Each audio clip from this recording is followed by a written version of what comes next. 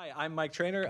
I'm associate professor and normally chair of the computer science department, but I'm on family leave and I have a 2-month-old, and it's nice to see adults. Yeah. Great. I'm here to talk about briefly symbolically grounded LLM use. So I am an AI person in training. I work with video game technology and how that can create new types of game experiences.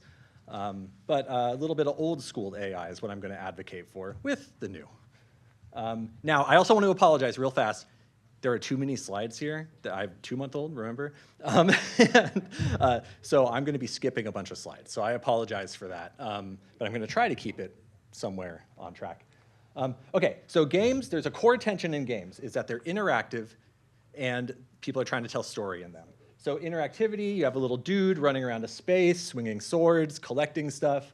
Stories are you read stuff that people wrote, basically, and it's kind of like people write stories and people play games, and so they're kind of at odds with one another.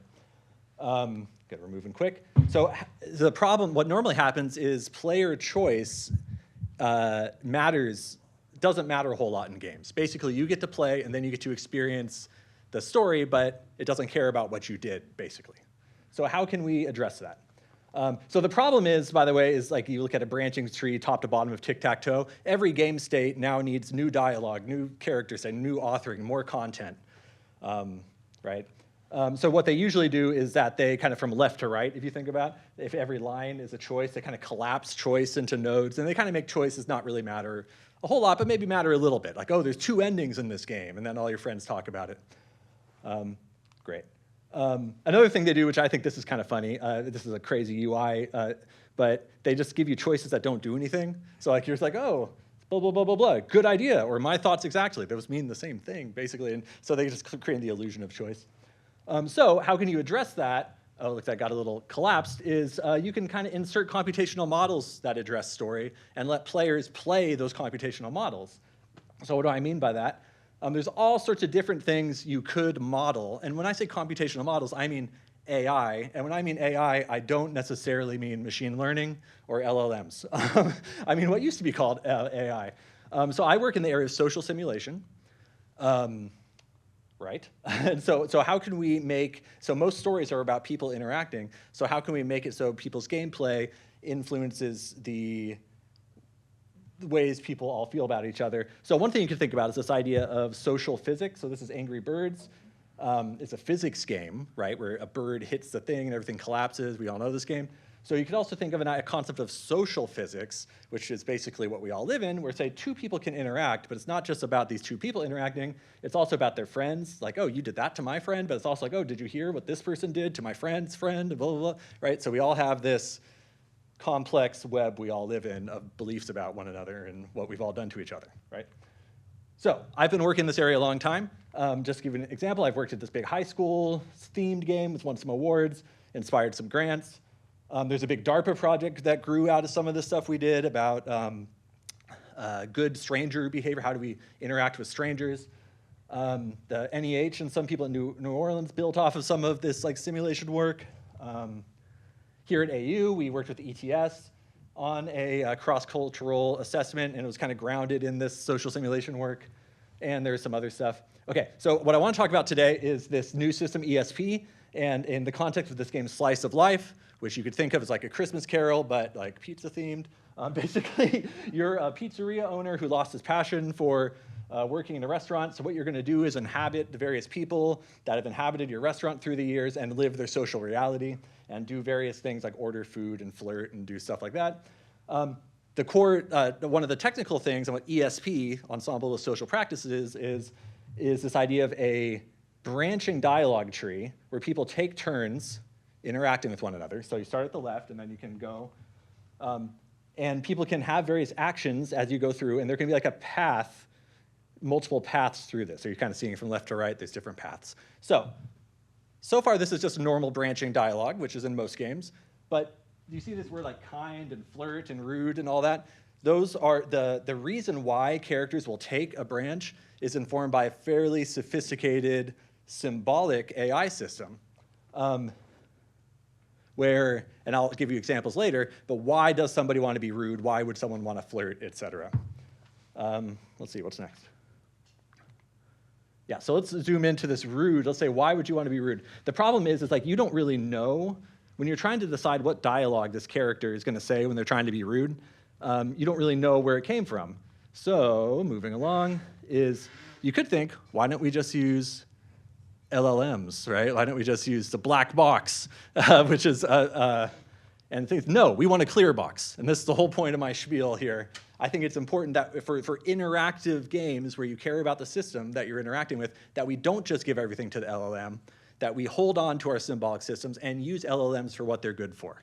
And that's what this is going to advocate for. So yeah, the transparent box. So the idea is we can have the social volitions, characters, why people interact with one another, informed by this system. So let me just give you an example. You have all these characters that have relationships with one another, look like symbolic first order logic stuff.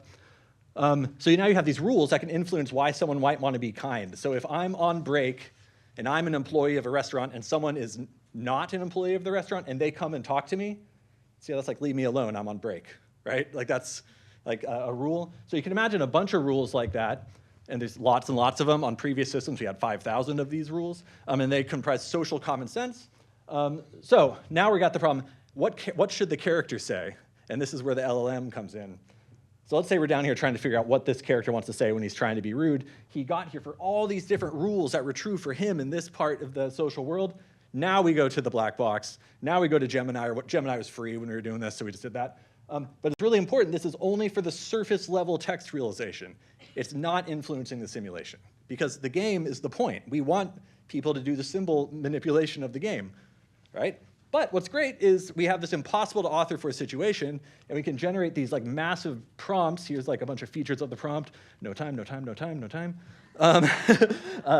And so here's like half of a prompt for one line of dialogue, and it's describing a very precise, specific situation that's true for that particular player and that character. There's all these things like family members are kind to one another, and Edward and Simon are family, and all this kind of stuff that's in there, and out comes a nice line of dialogue. No time for a demo, but this is a lot of fun to play with. And this is work that I've done with partners here, including Mark Nelson, who's in here, who is the current acting chair while I'm on family leave. Great. Anyway, thank you very much. Wow, that was not even super over. I did it. That zero, how long ago was that zero? Like a minute ago? That was great.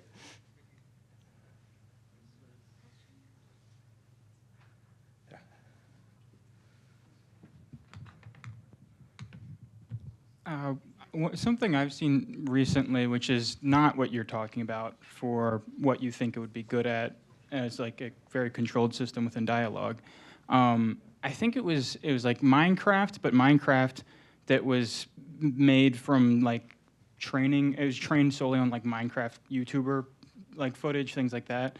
And so a clear problem with it is you could run around and everything had like continuity that was, as you were going forward, but then you'd turn around and the entire environment would be different.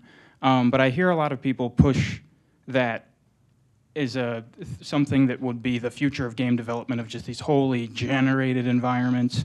But obviously continuity as you're playing is pretty important, unless it's going to be like a nightmare dementia scenario. But do you see a future on what would be good for game development? Do you see anything there, or is it much more controlled? Yeah, so I mean, before LLMs, my area is procedural content generation and generating worlds. So I'm excited about that. I think that's all really cool stuff. I think that like no persistence in the world problem will be addressed in time. Like currently, it forgets 30 seconds. However, I am one who believes, and I know it sounds weird if you're not really into games, maybe some of you are, maybe some of you aren't, or if heck, maybe not into game design. The point is that people are interacting with an authored system or an authored world that a person wanted to represent. So maybe the tools are going to help make it a whole lot easier, but I'm not really excited by the idea of infinite immersive environments. Technically I am, right? Like it's going to be really cool to see for a little bit, but I don't think it replaces intentional world design, but it might make it a lot easier. I don't know. Yeah. Thank you so much. Great, thank you.